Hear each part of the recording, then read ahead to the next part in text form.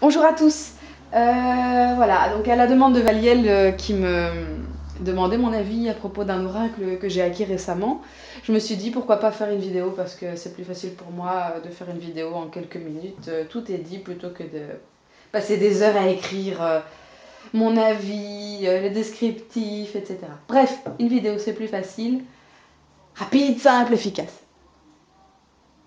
Alors, donc l'oracle en question c'est le Flower Speaks.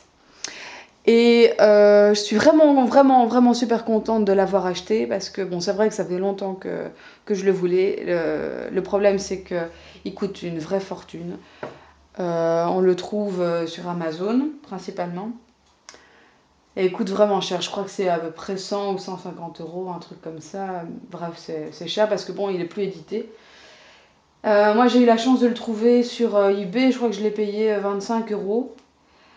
À tout casser. Et donc, quand j'ai vu ça, j'ai sauté dessus. Parce que c'est un oracle magnifique, vraiment. Bon, évidemment, là, les goûts et les couleurs, ça se discute pas. Mais moi, les images me parlent énormément. C'est tout à fait mon style d'oracle. C'est très doux, très féminin, très coloré. J'aime beaucoup. Donc, c'est un oracle en 52 lames.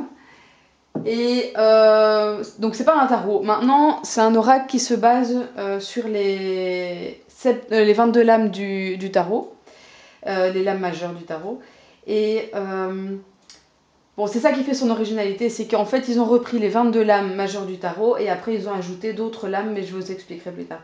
Ce qui est bien avec les lames majeures, c'est que donc ils ont repris la symbolique du tarot. Bon, ils l'ont un peu aménagé à leur guise.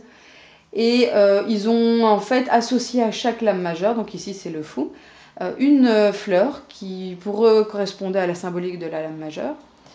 Et donc sur chaque lame, ils ont mis le nom de la fleur, donc ici c'est une rose blanche. Et ils ont associé un mot qui, selon eux, décrivait bien la symbolique et la signification de la lame. Ce qui est aussi très intéressant dans cet oracle, c'est que pour chaque lame majeure, ils ont mis sur la lame le symbole de l'astre, le symbole astrologique de la planète qui correspond à la lame. Et je trouve ça vraiment intéressant parce que c'est vrai que dans un tirage, ça peut nous éclairer ou ça peut nous permettre d'utiliser des données plutôt temporelles ou autres. Bref, ça peut être très utile dans un tirage quand on sait comment les utiliser. Et si on n'a pas envie de les utiliser, ben on fait simplement abstraction, quoi. Pour moi, c'est une richesse en plus. Et moi, je trouve ça vraiment intelligent.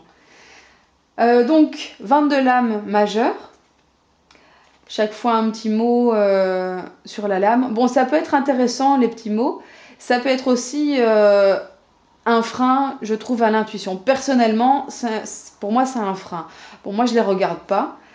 Mais c'est vrai que quand on débute, ça peut être intéressant parce qu'on peut se dire que c'est plus facile à interpréter avec un mot référent sur la lame directement, plutôt que d'avoir à se référer au petit bouquin. C'est vrai que quand on débute, on a parfois du mal à se connecter à son intuition directement. Donc un petit mot peut être intéressant. Pour moi, c'est plutôt un frein, ça me bloque assez si je fais référence à ce mot-là, parce que c'est trop restrictif pour moi. Et ça me dirige trop vers une seule direction qui n'est pas nécessairement celle vers laquelle mon intuition me porterait au départ. Alors donc, 22 lames majeures, qui sont toutes plus belles les unes que les autres, avec à chaque fois une fleur. Elles sont vraiment belles.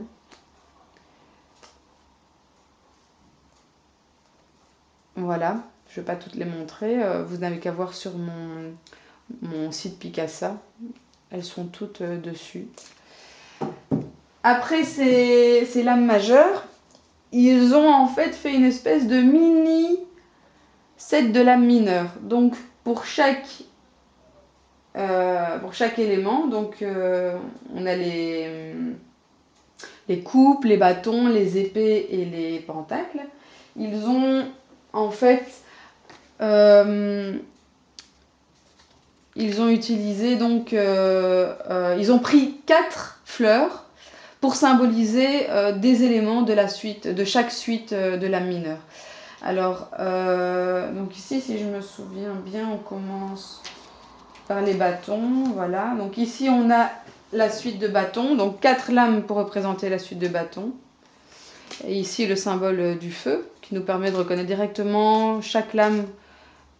Dès qu'on tire une lame, on reconnaît quelle est la suite avec ce symbole-là. Donc 4 lames au lieu des 14 avec les pages chevalier, roi et reine du tarot traditionnel. Ici, on n'en a que 4 pour les bâtons. Ensuite, ils ont utilisé la suite des coupes qui se trouve ici, donc avec le symbole de l'eau. 4 lames également. Et même chose, une symbolique assez originale et assez nouvelle, disons, par rapport à celle du tarot traditionnel. Ils ont un peu compilé toutes les lames et ils en ont fait que 4. Ensuite, on a la suite ici des épées. Donc là, je ne sais pas pourquoi ils en ont fait 5. Voilà, les autres suites, il y en avait 4. Pour les épées, il y en a 5. C'est pas du tout expliqué dans le livret pourquoi il y en a 5. Même chose, ils ont compilé un peu toutes les lames mineures de la suite et ils en ont fait 5. Et ensuite, les pentacles, là aussi 5 lames, on ne sait pas pourquoi. Pourquoi est-ce que pour 2 suites il y en a 4 et pourquoi pour 2 autres il y en a 5? C'est pas expliqué, j'en ai aucune idée. Voilà, bon, moi ça me dérange pas du tout qu'il y en ait 4 ou 5. Moi je le prends comme un oracle et pas comme un tarot, donc pour moi ça change rien. Et l'originalité, ce qui est intéressant, c'est qu'après ils ont fait ici, donc on a ici 5 lames avec des degrés. Donc là c'est lié à l'astrologie. Personnellement je ne me connais pas trop en astrologie, donc je ne pourrais pas trop dire. Mais visiblement, d'après ce que dit le livret, en fonction des lames qui sont tirées, on peut faire une espèce de thème. Ici on voit les symboles, ici les degrés, donc on peut les associer pour faire un thème. Voilà, c'est intéressant. Ce sont 5 lames qui décrivent un changement, mais un changement différent en fonction de chaque lame. Donc on a un changement plutôt vers l'union ici pour 60 degrés, etc.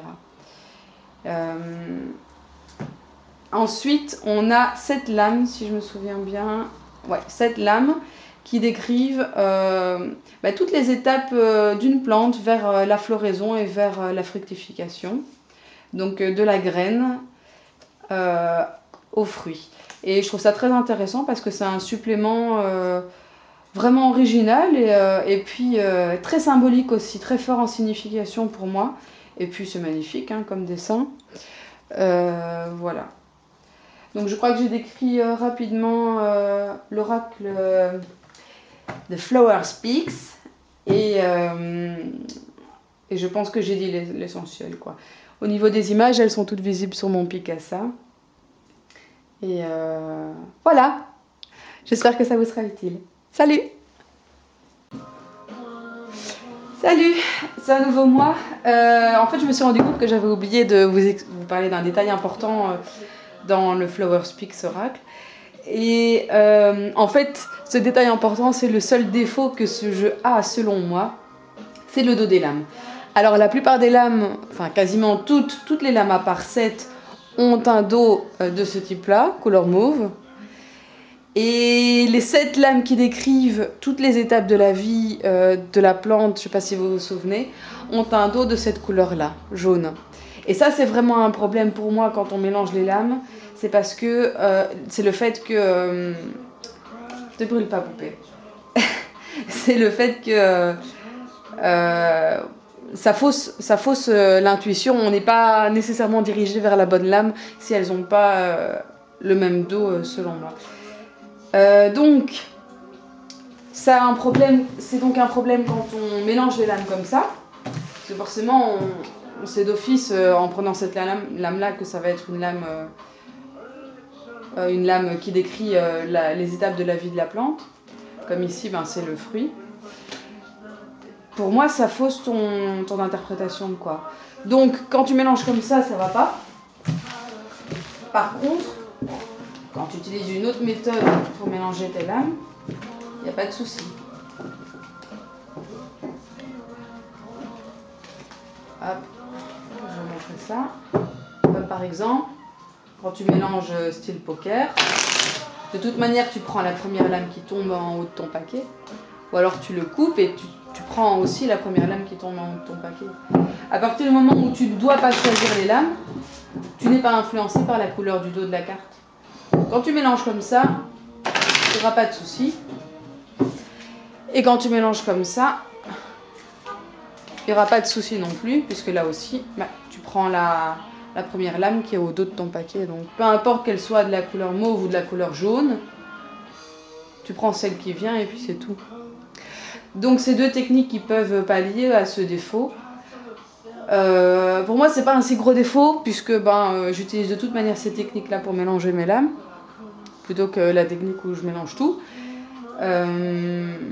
Donc moi, ça va pas me déranger. Mais c'est vrai qu'une personne qui aime bien le fait de mélanger ses lames et de choisir comme ça, plic-ploc, ça va un peu l'embêter. Mais il suffit simplement d'adapter sa technique pour choisir les lames. Voilà, un petit détail oublié et maintenant réparé. Salut!